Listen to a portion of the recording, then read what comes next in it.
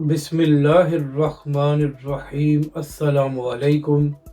मैं हूं अली असगर और आप देख रहे हैं मेरा यूट्यूब चैनल तहरीक लब्बैक के नायब अमीर के हवाले से अपडेट और हुकूमत के अच्छे हथकंडे। इस वीडियो में हम इसी के मुतालिक बात करेंगे। नाज़रीन कराम, मुबारक सानी केस के फैसले के ख़िलाफ़ जो तहरीक लब्बैक पाकिस्तान ने पूरे मुल्क के प्रेस क्लब्स के बाहर पुरअमन प्रोटेस्ट किया था, तो इस हवाले से ये खबर सामने आई है कि मुख्तलिफ शहरों में तहरीक लब्बैक पाकिस्तान की मकामी क़यादत पर मुकदमे दर्ज किए गए।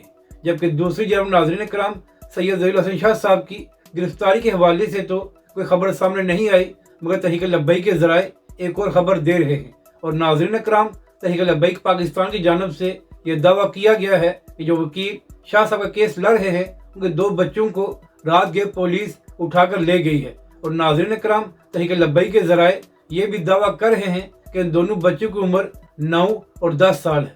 तो नाज़रीन कराम, यहाँ पर अहम बात यह है कि 9 और 10 साल के 2 बच्चों को पुलिस उठाकर क्या साबित करना चाहती है और ऐसे अच्छे कंडे के वो आजमाए जा रहे हैं। नाज़रीन कराम, जो तहरीक लब्बैक के अमीर का केस लड़ रहे हैं, तो वकालत उनका पेशा है, तो लिहाजा इस सारे मामले से उनके बच्चों का क्या ताल्लुक है। नाज़रीन कराम, तहरीक लब्बैक के ज़राए इस बात की तस्दीक कर रहे हैं कि ऐसा वाक़या पेश आया है, जबकि दूसरी जानब पुलिस का इस हवाले से कोई मौक़िफ़ अभी तक सामने नहीं आया।